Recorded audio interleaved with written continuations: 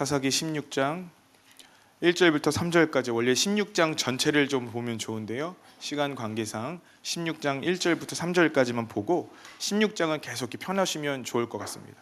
우리 16장 1절부터 3절까지를 다 같이 한 목소리로 보겠습니다. 시작. 삼손이 가사에 가서 거기서 한 기생을 보고 그에게로 들어갔더니 삼손이 왔다고 알려지매 그들이 곧 그를 에워싸고 밤새도록 성문에 매복하고 밤이 새도록 조용히 하며 이르기를 새벽이 되거든 그를 죽이리라 하였더라. 삼손이 밤중까지 누워있다가 그 밤중에 일어나 문짝과 문설주와 문 빗장을 빼어가지고 그것을 모두 어깨에 메고 헤브론 앞산 꼭대기로 가니라. 아멘. 할렐루야. 오늘도 하나님의 큰 은혜가 우리 가운데 임하기를 간절히 소망합니다. 오늘 저녁에 주보에 나와 있진 않지만 우리 숭이동에서 박보영 목사님께서 집회를 하십니다. 원래 오늘은 사실 박보영 목사님께서 말씀을 전하시는 날이었는데요, 목사님이 건강이 갑자기 좋아지질 않아서 성도님들에게 기도도 부탁하고 또 조금 그 예배를 참석하고 설교하시는 거는 조금 어려울 것 같다는 연락을 받고 이렇게 제가 갑자기 말씀을 갖고 서게 되었습니다. 근데 오늘 저녁에는 취소할 수 없는 이 집회가 있는데 우리 성도님들 많이 참여해 주시고, 특별히 거기 개척교회인데 이 개척교회가 믿음이 좋아서 오늘 좌석을 220석을 만들었대요. 저보다 믿음이 더 좋아요. 그래서 우리 많은 분들이 좀 참여해 주셔서 우리 목사님을 위해서 또 그 교회를 위해서 기도해 주셨으면 좋겠습니다. 우리가 기도할 때 하나님께서 들으시고 분명히 역사하여 주실 것을 믿습니다. 특별히 이 시간이 저는 마치 하나님께서 우리 필그림 교회를 위해 마련해 둔 시간이라는 생각이 제가 들어서요, 우리 속장님도 오늘 속회 교육을 과감하게 제가 빼버리고, 할렐루야, 좋으시죠 속장님들? 빼버리고 대신에 오늘 저녁 집회를 참석해서 맨 앞자리에서 하나님의 은혜를 받는 시간으로 좀 제가 바꿔놨습니다. 우리 속장님들 많이 참여해 주셨으면 좋겠고, 우리 여기 계신 성도님들도 특별한 은혜 받기 원하시면 그 자리에서 참여해 주셨으면 좋겠습니다. 자세한 시간과 장소는 저희가 홈페이지에 공지해 놓도록 하겠습니다. 홈페이지를 참고해 주셨으면 좋겠습니다. 오늘은 사사기 16장에 있는 말씀을 갖고 함께 은혜 나눴으면 좋겠습니다. 제가 뉴스를 봤는데 참 기가 막힌 뉴스를 봤어요. 어떤 뉴스냐면요, 정선에 카지노가 있답니다. 내국인들이 쓸 수 있는 카지노가. 목사가 별걸 다 알려드리죠. 카지노가 있는데 이 카지노에 다른 곳에 없는 시설이 있는데 바로 현금 서비스 인출기가 있답니다. 이 인출기는 다른 경륜장이나 경마장에 있을 수가 없는 인출기입니다. 왜냐하면 사람들이 돈을 갖고 와서 그 돈만 쓰고 돈이 없을 땐 집에 돌아가도록 하는 것이 보통의 방침인데, 이 정선 카지노에는 돈이 없으면 밖에 나갈 필요가 없이 카지노 안에서 은행 현금 인출기를 갖고 잔고를 다 쓸 때까지 쓸 수 있는 편의 시설들이 있다는 거죠. 거기다가 여러분 한 가지 더 좋은 정보를 알려드리면요, 이 현금 인출기는 마이너스 통장이 가능하답니다. 여러분의 신용 등급에 따라서 돈을 더 인출하실 수 있는 거예요. 그런데 지난 한 8개월 만인가요? 8개월 만에 정선 카지노 현금 인출 금액이요 3천억 원을 넘어섰답니다. 그렇게 놀라시지 않는군요. 한 300억쯤은 다 집에 있으시죠? 3천억 원이 있대. 3천억 원이에요. 3천억 원을 인출해서 사람들이 도박을 했다는 겁니다. 여기 관계자한테 한번 개인적으로 물어봤던 적이 있어요. 과연 그렇게 돈을 많이 썼는데 돈 번 사람이 있냐고. 이 정선 카지노가 생긴 이래로 단 한 명도 없었대요. 그러니까 이 3천억 원 고스란히 이 카지노장에 다 풀려버린 것이지요. 더군다나 영구 출입 제한자라는 사람들이 있대요. 그러니까 돈을 너무 많이 쓰고 빚까지 지고 이제는 거의 폐인 직전이 됐으니까 더 이상 당신은 이제 이 카지노에 출입할 수 없습니다 라고 하는 사람의 수가 한 5, 6년 새에요 300%가 증가했답니다. 그래서 사람들이 문제로 삼는 게 뭐냐면, 너무 돈을 빼기가 쉽고 너무 돈을 탕진하기 쉬우니까 이 구조를 좀 고치자 그러면서 이제 국회의원들이 발의하고 항의하는 뉴스들이 요즘에 나오고 있습니다. 저는 이 뉴스를 보면서 참 가슴이 아팠어요. 왜냐하면 그분들에겐 다 집이 있을 것이고 직장이 있을 것이고 아이들이 있을 것 아닙니까? 그것들이 얼마나 소중합니까? 우리가 일을 하고 우리가 가정을 꾸릴 때 우리 소중한 자녀와 가족들을 위해서 우리가 헌신하고 희생하는 것 아니겠습니까? 그런데 집에 있는 가족들과 그리고 자녀들과 집이 있고 와이프가 있는 그 모든 것들이 한 번도 기억나지 않고 그 통장에 있는 잔고가 다 떨어질 때까지 도박을 하는 거예요. 아니, 그것도 모자라서 이제 마이너스 대출을 받아가면서 이 눈앞에 이 한 판만 이기면, 이 한 번만 따면 내가 모든 실수와 모든 손해를 만회할 수 있을 거라는 그 착각에 사로잡혀서 계속 끊임없이 그 도박장에 머물고 있는 사람들이 얼마나 많이 있을까 하는 생각을 하니까 너무 가슴이 아팠어요. 여러분, 이거 미련한 것 아닙니까? 가족들이 있고 집에서 기다리는 가족들과 이 돈을 쓰면 더 행복하게 살 수 있을 것인데, 가장 소중한 것들은 눈앞에서 기억나지 않고 지금 눈앞에 있는 이익들, 눈앞에 있는 이 한 번의 그 쾌락을 위해서 자신의 모든 것을 던져버리는 사람, 그게 얼마나 미련한 사람일까 하는 생각을 제가 하게 되었습니다. 그러면서 한편으로 씁쓸해지는 것이 뭔지 아세요? 우리 신앙인들이 이렇게 미련한 사람들이 아닐까 하는 생각이 들었던 거죠.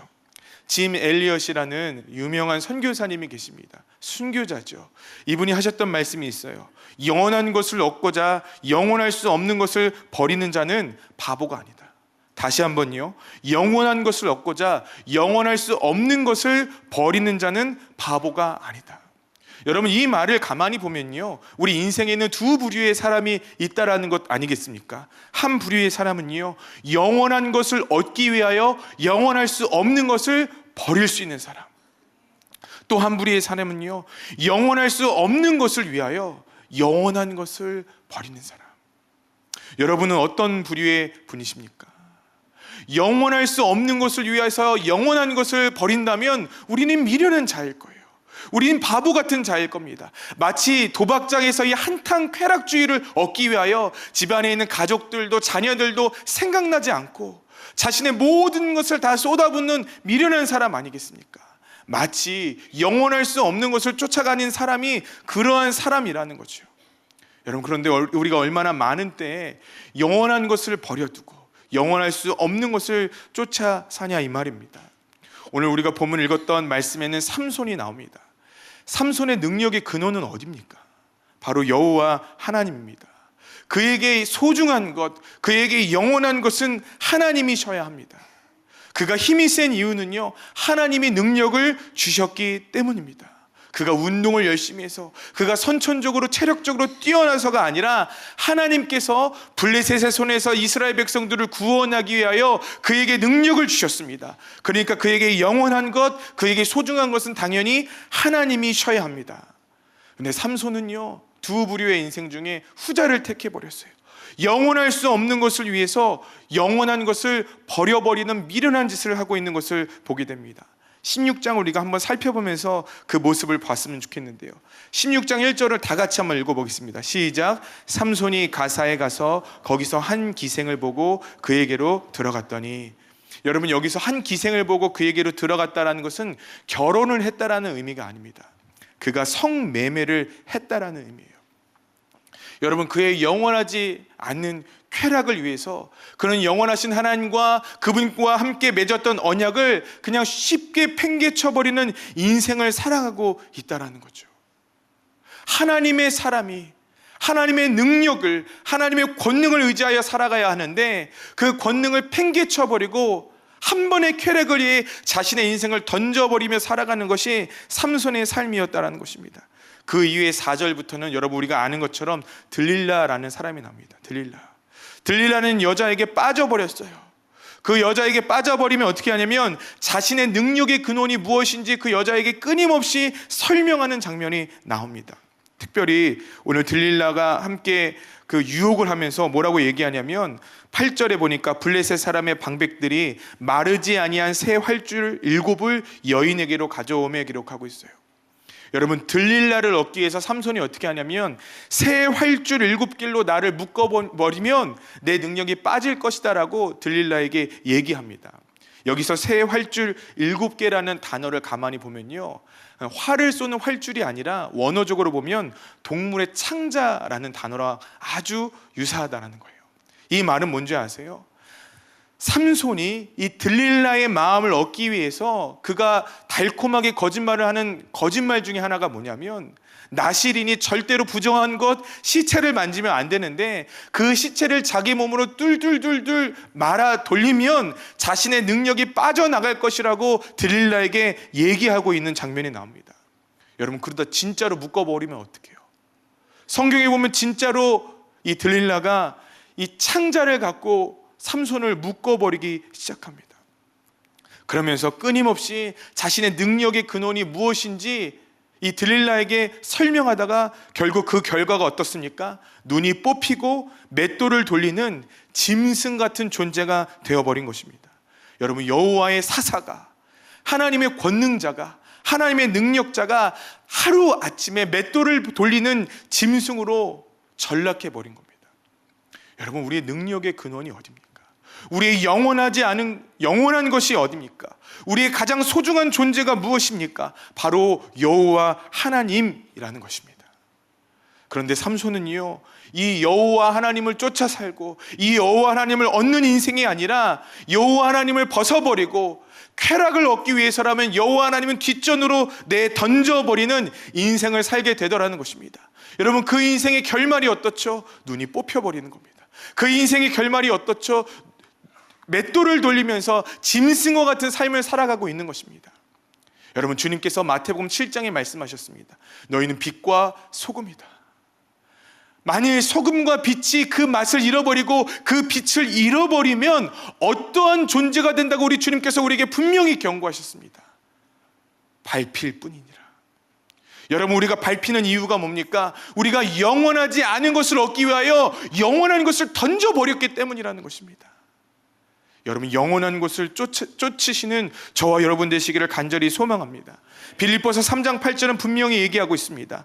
또한 모든 것을 해로 여김은 내 주 그리스도를 아는 지식이 가장 고상하기 때문이라. 내가 그를 위하여 모든 것을 잃어버리고 배설물로 여김은 그리스도를 얻기 위함이라는 거예요. 여러분, 그리스도를 얻기 위하여 영원하지 않은 것들을 내어 버리신 적이 있습니까? 여러분, 그리스도를 얻기 위하여 영원하지 않은 것들과 싸우고 그것들을 못 받고 그것들을 내 삶에서 쳐버리신 적이 있습니까? 영원한 것을 쫓는 자들의 특징이 있는데요, 영원하지 않는 것들을 버려버리는 힘이 이 안에 있다는 것입니다. 여러분, 그 힘이 약해져 있다면 회복되어지는 이 시간이 되기를 간절히 소망합니다. 영원한 것을 얻고 싶어요. 길 가다가 당신이 영원한 것을 얻고 싶습니까? 영원하지 않은 것을 얻고 싶습니까? 사람들에게 물어봐도요, 분명히 다 영원한 것을 얻고 싶다라고 얘기할 겁니다. 여러분, 길 가다 사람들에게요, 당신 천국 가고 싶습니까? 라고 물어보면 아니요, 저 지옥 가고 싶습니다. 그럼 비뚤어진 영혼이 간혹 있을 줄 몰라도요, 모두 다 영원한 것을, 천국을, 하나님을 얻을 것이라고 대답할 것 아니겠습니까? 여러분, 혹시 이 가운데 영원한 것을 벗어버리고 버려버리고 영원하지 않은 것을 얻고 싶은 분 계십니까?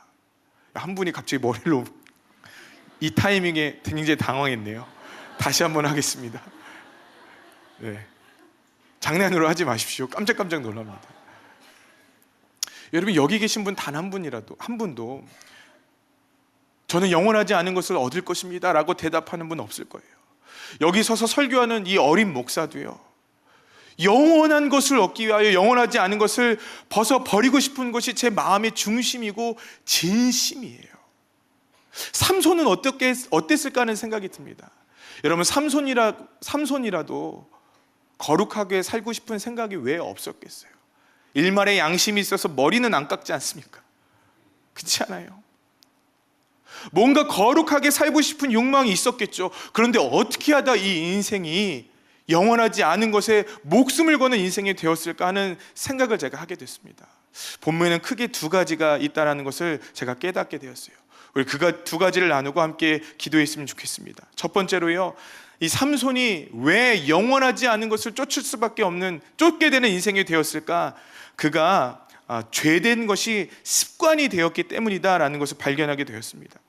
여러분, 삼손은요, 하나님께서 나실인으로 만들어 놓으셨어요. 나실인은 거룩하게 살아야 되는 사람입니다.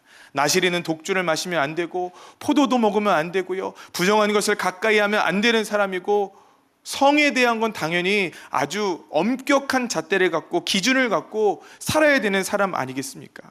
그런데 여러분, 삼손에게는요 아주 몹쓸 습관이 하나 생겼습니다. 그 습관은 바로 여자를 좋아하는 거예요. 여자를 좋아하는 거. 여러분, 삼손의 인생에는 3명의 여자가 나옵니다. 그 인생의 여자들을 만날 때마다 그의 인생은 끊임없이 고난과 어려움과 그리고 아픔으로 끝나는 것을 보게 됩니다. 그에겐 문제가 있었는데 여자를 너무너무 좋아하는 거예요. 처음에는 아마 독주도 한잔 했겠죠. 그런데 괜찮은 거예요. 능력이 사라질 것 같았고 하나님의 은혜가 떠날 것 같았는데 여러분, 그냥 막 살기 시작하는 겁니다. 그래서 이제는 이방 여인도 한번 결혼해 봤어요. 결혼해 봤는데 하나님의 능력이 끊어졌느냐? 아니에요. 하나님의 능력이 삼손과 여전히 함께 있었어요. 그러니까 이제 16장 1절에는요 아예 율라가에 출입을 하는 인생이 되어버렸습니다. 저는 말씀 묵상하면서 삼손의 마음이 생각났어요. 여러분, 그는 아마도 이 율락의 여성들과 즐기는 날이 단 하루뿐이지 않았을 거라는 생각이 들어요. 그는 아마 수시로 그곳에 드나들었겠죠. 그들이 원하는 여자와 그가 마음에 맞는 여자라면 그는 아마 사정 가리지 않고 가서 그 쾌락을 취하고 하나님을 버렸을 것입니다.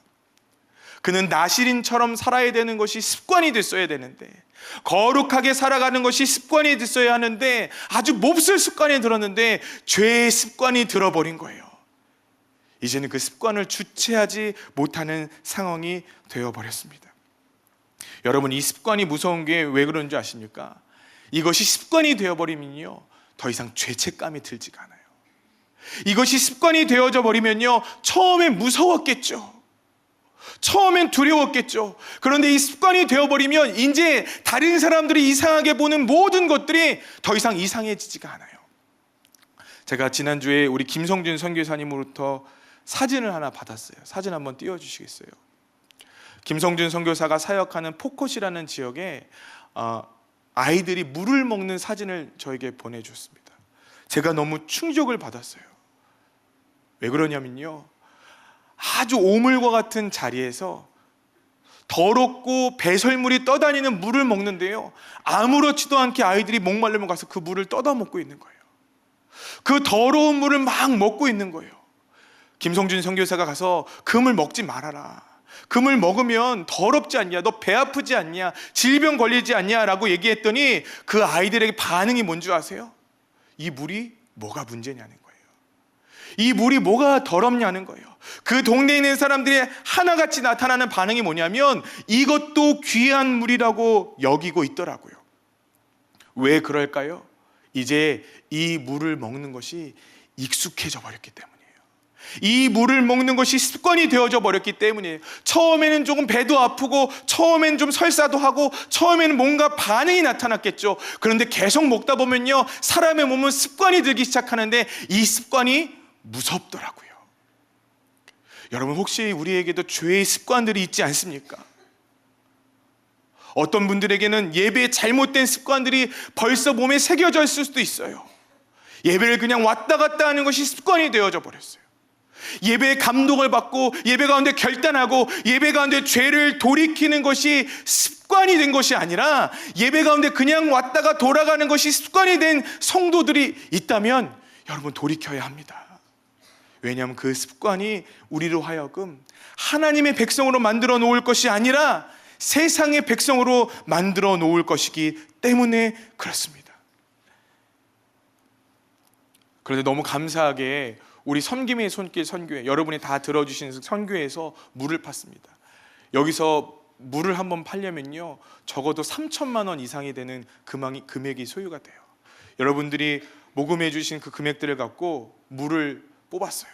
사막 한가운데서 물이 얼마나 날까 다들 조마조마했거든요. 영상을 한번 보겠습니다. 한번 틀어주시겠어요?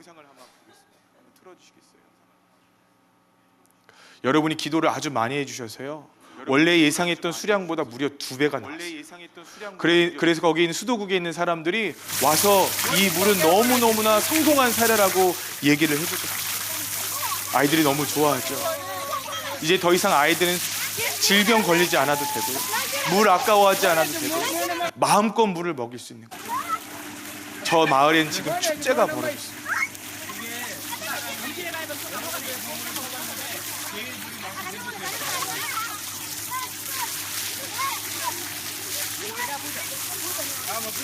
여러분 너무 감사합니다. 여러분들이 후원해 주셔서 저런 물을 뚫을 수가 있었고, 이제 포커새는 더 이상 물 때문에 아파하는 일이 없도록 하나님께서 은혜를 베풀어 주셨습니다.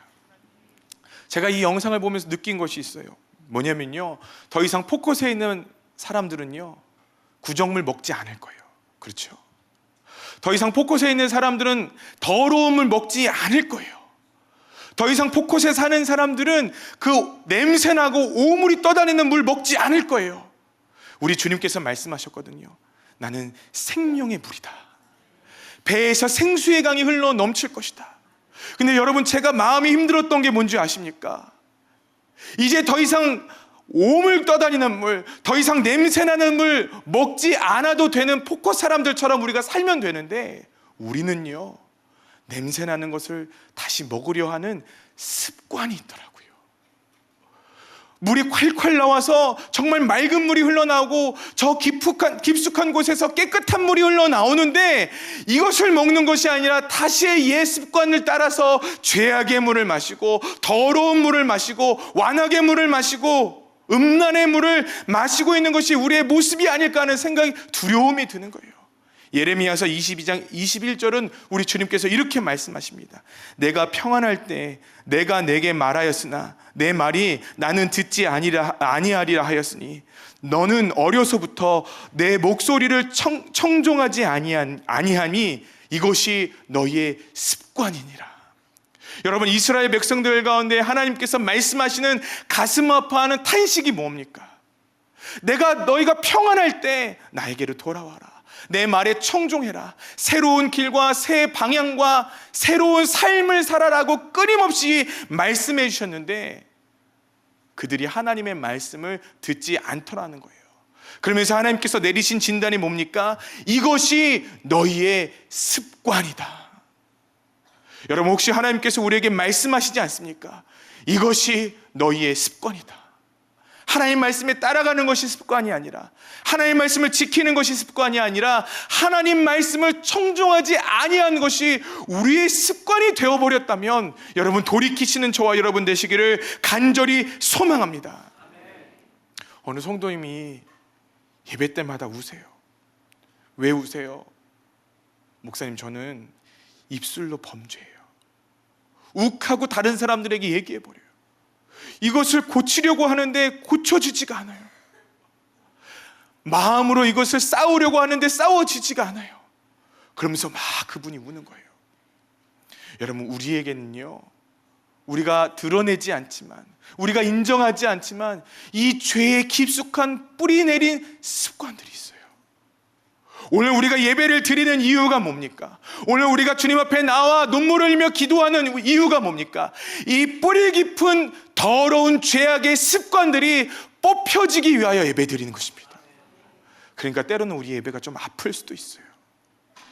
그러니까 때로는 우리 예배가 조금 힘들 수도 있습니다. 그러나 우리가 이 습관들을 뽑아내지 아니하면, 그 자리에서 싸우지 아니하면, 우리를 못 박지 아니하면 우리에겐 결단코 소망이 없다라는 것입니다. 주님은 우리에게 추상적인 것과 싸우라고 말씀하지 않으십니다. 주님은 우리에게 뜬구름 잡는 이야기로 얘기하지 않으십니다. 우리의 그 더러운 죄악, 우리를 붙잡고 있는 그 옛 성품들, 옛 자아들을 끊어버리라고 말씀하시는 겁니다. 여러분, 그것과 싸우고 계십니까? 여러분, 오랫동안 이 습관들과 싸우지 않다 보면요, 나도 모르게 생겨나는 고질병이 있습니다. 그것은 다른 것이 아니라 거짓 평안함입니다. 여러분, 요나가요, 하나님께서 말씀하신 대로 니느웨로 간 것이 아니라 다시스로 가는 배를 탔어요. 그럼 여러분 불안해야 될 거 아닙니까? 여러분 번개 맞을까 봐 두려워해야 될 거 아닙니까? 그런데 성경을 보니까 참 재미난 것은요, 하나님께서 말씀하신 것과 정반대되는 배를 타고 가는데 그는 배 밑바닥에서 잠을 자고 있는 거예요. 그것이 바로 거짓 평안함입니다. 죄를 지어도 아무렇지도 않다는 거예요. 죄를 지어도 아무런 일도 없다라는 거예요. 여러분, 지금 삼손이 그러한 일을 겪고 있어요. 아무리 기생집에 드나들어도 능력이 사라지나요? 능력 사라지지 않아요. 아무리 들릴라와 교제해도 능력이 사라지나요? 조금도 능력이 사라지지 않아요. 부정한 꿀을 만져도 능력이 사라지지 않아요. 창자로 몸을 둘러싸고 있어도 능력이 사라지지 않아요. 그 다음에 삼손의 마음에 자리 잡은 것이 저는 있다고 생각해요. 거짓 평안함입니다. 아, 그래도 되는구나. 아, 이래도 내 능력은 사라지지 않는구나. 아, 이래도 나에게 하나님이 주시는 은혜는 거두어지지 않는구나. 아, 이래도 하나님은 나와 함께하고 계시는구나. 여러분, 그것은 거짓 평안입니다. 몇 해 전에 미국에 렉서스라는 차가 있었어요. 이 렉서스라는 차가 고속도로에서 쏜살같이 달리고 있었습니다. 그것은 고급 차입니다. 여러분, 렉서스 아시죠? 무지하게 비싼 차입니다. 참고로 저는 스파크거든요. 저는 제 차가 제일 좋은 줄 알지만 렉서스가 훨씬 더 좋아요. 아주 모양이 그럴듯하게 완벽한 차입니다. 차도 차체가 커갖고요, 제 차는 저만 타면 이렇게 차가 기우뚱하는데요, 이 렉서스는 저 같은 사람 4-5명이 타도 끄떡없이 안락한 아주 큰 차입니다. 여러분, 사줄 생각하지 마세요. 안 탑니다. 근데 이 렉서스가 그렇게 좋은 차가요, 뉴스에 나왔는데 이 차가 다 리콜되고 난리가 났었어요. 속도가 문제였냐고요? 아니요, 이 차는 쏜살같이 고속도로 차 사이를 막 왔다 갔다 하면서 다니고 있었어요. 그럼 무엇이 문제였는지 아십니까? 그 차에 악셀레이터가 껴버려서 브레이크가 작동을 하지 않는 거예요. 그 차의 문제가 뭐였냐면요, 브레이크가 말을 듣지 않는 것이었습니다. 그렇게 좋은 차, 속도가 빠르고 안정적이고 다른 차보다도 훨씬 더 빨리 달릴 수 있는 차의 가장 큰 문제는요, 그래서 그 차에 탄 사람들이 다 죽어버렸거든요. 그 차에 브레이크가 잡히지 않는 것이 문제였어요. 여러분, 삼손에게 문제는 뭘까요? 삼손의 능력이 많은 것이 문제가 아니에요. 삼손이 다른 사람보다 뛰어난 힘과 권세를 갖고 있는 것이 문제가 아니었어요. 삼손에게 가장 큰 문제는 그가 죄를 지어도 그를 막을 수 있는 영적인 제동장치가 없다라는 것이 문제였습니다.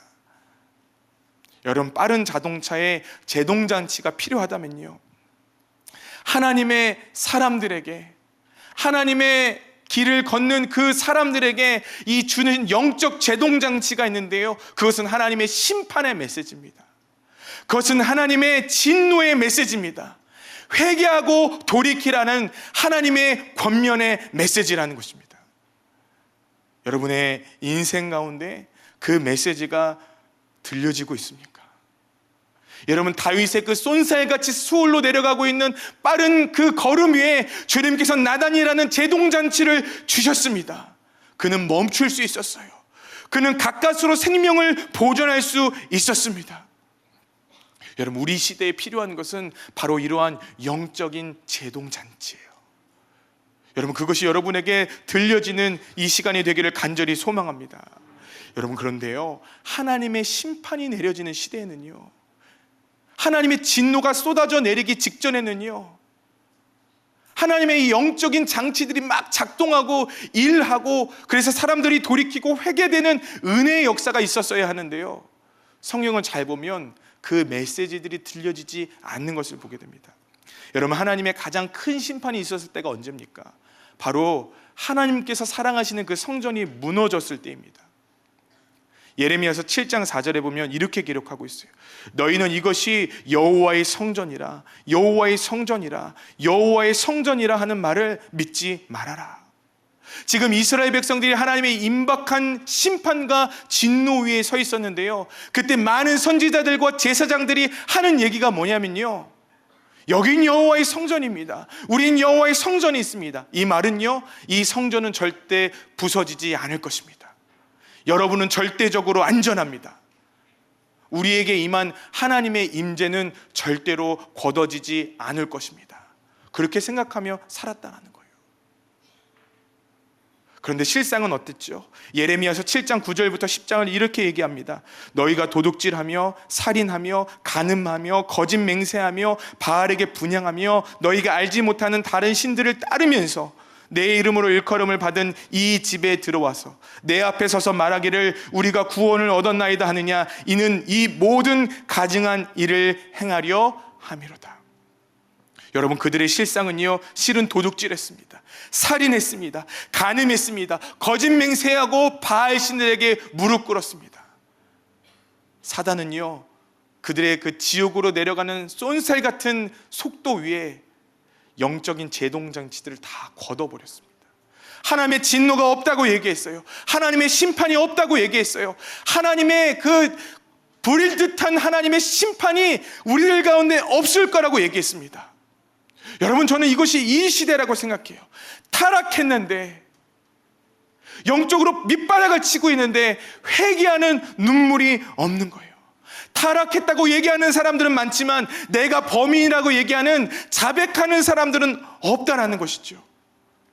여러분, 삼손은요, 하나님의 능력이 떠나지 않을 거라고 생각했어요. 삼손은 하나님의 권능이 떠나지 않을 거라고 생각했어요. 그런데 16장 20절을 제가 읽어드리겠습니다. 들릴라가 이르되 삼손이여, 블레셋 사람이 당신에게 닥쳤느니라 하니 삼손이 잠을 깨며 이르기를 내가 전과 같이 나가서 몸을 떨치리라 하였으나 여호와께서 이미 자기를 떠나신 줄을 깨닫지 못하였더라. 여러분, 이것이 혹시 우리의 모습 아닙니까? 여호와의 영이 떠난 줄도 모르고 혹시 이 자리에 앉아 계신 건 아닙니까? 여호와의 영광이 떠나고 여호와의 도움이 떠나고 여호와의 구원의 은혜가 떠났는데도 혹시 우리가 능력이 떠난 줄도 모르고 은혜가 떠난 줄도 모르고 살아가는 것 아닙니까? 하나님께서 오늘 우리의 실상을 보여주셔야 합니다. 여러분, 저는요, 우리 주님께서 주시는 영적인 마지노선이 있다고 생각해요. 우리 주님께서는 오래 참으세요. 우리 주님께서 우리를 돌아오길 원하세요. 그래서 더러운 꿀을 만져도 돼요. 이방 여자들 가운데 가도 그래, 그건 거기까지는 괜찮아 라고 하실 수도 있는 것 같아요. 그런데 여러분, 그가 머리가 깎여지는 그 순간에, 그의 영적인 마지노선이 무너지는 그 순간에 그에게 부어졌던 은혜가 떠나버렸다는 것입니다. 여러분, 우리 여기 계신 성도님 중에 혹시 영적인 마지노선 위에 간당간당하며 줄타기를 하고 계신 성도님들이 있다면 여러분, 빨리 돌아오세요. 하나님의 진노가 내리기 전에, 하나님의 심판이 내리기 전에, 하나님께서 칼을 빼셔서 심판하시고 우리 더러운 것을 직접 도려내시기 전에 여러분, 주님께 회개하시는 저와 여러분 되시기를 간절히 소망합니다. 아이러니하게도 그가 돌아선 거는요, 그의 눈이 뽑혔을 때였어요. 28절에 보니까 삼손이 여호와께 부르짖어 이르되 주 여호와여 구하옵나니 나를 생각하옵소서. 하나님이여 구하옵나니 이번만 나를 강하게 하사 나의 두 눈을 뺀 블레셋 사람에게 원수를 단번에 갖게 하옵소서. 그의 눈이 뽑혀지고 그가 절망의 구렁텅이에 빠져 있었을 때야 비로소 그가 하나님 앞에 돌이켜 회개하며 울부짖고 있는 것을 보게 됩니다. 여러분, 저는 그 전에 돌이키는 은혜가 있었으면 좋겠습니다. 그 전에 하나님의 진노가 유월되는 은혜가 있었으면 좋겠습니다. 여호와여 구하옵나니 하나님 나를 긍휼히 여겨주시사 하나님의 은혜와 권능으로 나를 지옥 구덩이에서 건져내 주시옵소서라는 부르짖음이 이 예배 가운데 임하기를 간절히 소망해요. 하나님의 심판이 내리기 전에, 하나님의 진노가 여러분을 치기 전에, 저는 사실 이 설교를 준비하면서 마음에 불편한 것이 있습니다. 사사기를 설교하는데요, 이 설교가 어려워요. 강해 설교를 하는데 너무너무 고통스러운 것은 뭐냐면요, 하나님의 메시지가 너무너무 동일한 거예요. 지금 벌써 1장부터 시작해서 16장까지 오는 동안 하나님의 메시지는 아주 일관적이고 동일하게 한 가지를 얘기하고 있습니다. 너의 옳은 소견을 벗어버리고 여호와 하나님께로 돌아와라.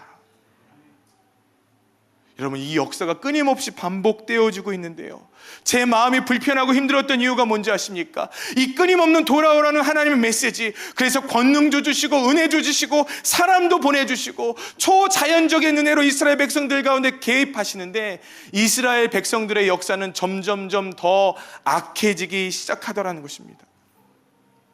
우리 필그림 교회가 생각났어요. 여러분, 이 사사기 1장부터 지금 16장까지 오는 동안에 여러분은 달라지셨습니까? 여러분에게 있었던 습관적인 죄악이 끊어지고 음란이 사라지고 말로 상처 주는 것들, 교만한 것들, 세상적인 마음들이 여러분 가운데 사라지고 못 받고 십자가 앞에 나와 울며 하나님의 은혜를 간절히 간구하여 여러분 거듭나시고 변화되셨습니까? 제가 그 질문에, 하나님께서 물어보시는 그 질문에 제가 주님, 그렇습니다. 우리 필그림교회 성도들은 모두 다 그 길을 걸어가고 있습니다. 우리 필그림교회 성도들은 모두 다 그렇게 변화되었습니다라고 쉽게 얘기하지 못하겠더라고요. 여러분, 우리에게 가장 큰 문제는요, 이 메시지를 듣고 더 이상 우리가 반응하기 시작하지 않는 겁니다. 제가 통계를 냈어요. 박보여 목사님의 설교, 내가 만난 하나님, 처음 들으면 다 눈물 흘리고 난리가 납니다. 그런데 딱 2년이 지나면요, 이 약발이 떨어져요. 눈물이 말라버려요. 그 다음에 나타난 증상은요, 이제 예전에 마음대로 살았던 그대로 동일하게 살아가고 있는 많은 성도들을 보았습니다. 여러분, 저는 우리가 이렇게 인생을 끝내지 않기를 간절히 소망해요. 삼손의 시대까지 하나님께서 끊임없이 말씀하고 계시는데 이스라엘 백성들은 지금 점점 더 악해지고 있습니다. 점점 더 완악해지고 있어요. 점점 더 주님과 떨어지고 있습니다. 여러분, 이제 우리는 돌이켜서 주님이 기뻐하시는 그 길을 걸어가기를 간절히 소망합니다. 반복되어지고 있는 이 굴레, 이 죄의 굴레들이 끊어지는 이 시간이 되어야 할 줄 믿습니다. 저는 28절에서 그 해답을 찾아요. 삼손이 여호와께 부르짖었을 때, 다시 여호와 하나님의 이름을 찾았을 때, 다시 여호와의 능력을 구하였을 때 그에게 임했던 하나님의 은혜들이 있습니다. 여러분, 우리가 부르짖을 때 그 은혜가 임하기를 간절히 소망합니다. 오늘 우리가 성찬을 합니다. 이 성찬을 할 때 이것이 그냥 성찬이 아니라 우리 죄악이 끊어지는 성찬이 되기를 간절히 소망합니다. 우리가 이 성찬을 할 때 우리의 연약함과 우리의 더러움들과 우리의 옛 성품들이 끊어지는 성찬이 되기를 간절히 소망합니다. 습관적이라면, 아무런 기대하지 않고 왔다면 여러분들 그것을 깨 부시십시오. 깨 부숴버리십시오. 여러분, 우리 살아야 합니다. 주님, 오늘 우리가 주님을 대할 때 이것이 우리의 진심이게 하시고 우리가 변화되는 그 은혜를 주님 허락하여 주시옵소서. 기도하시는 저와 여러분 되시기를 간절히 소망합니다. 우리 이 시간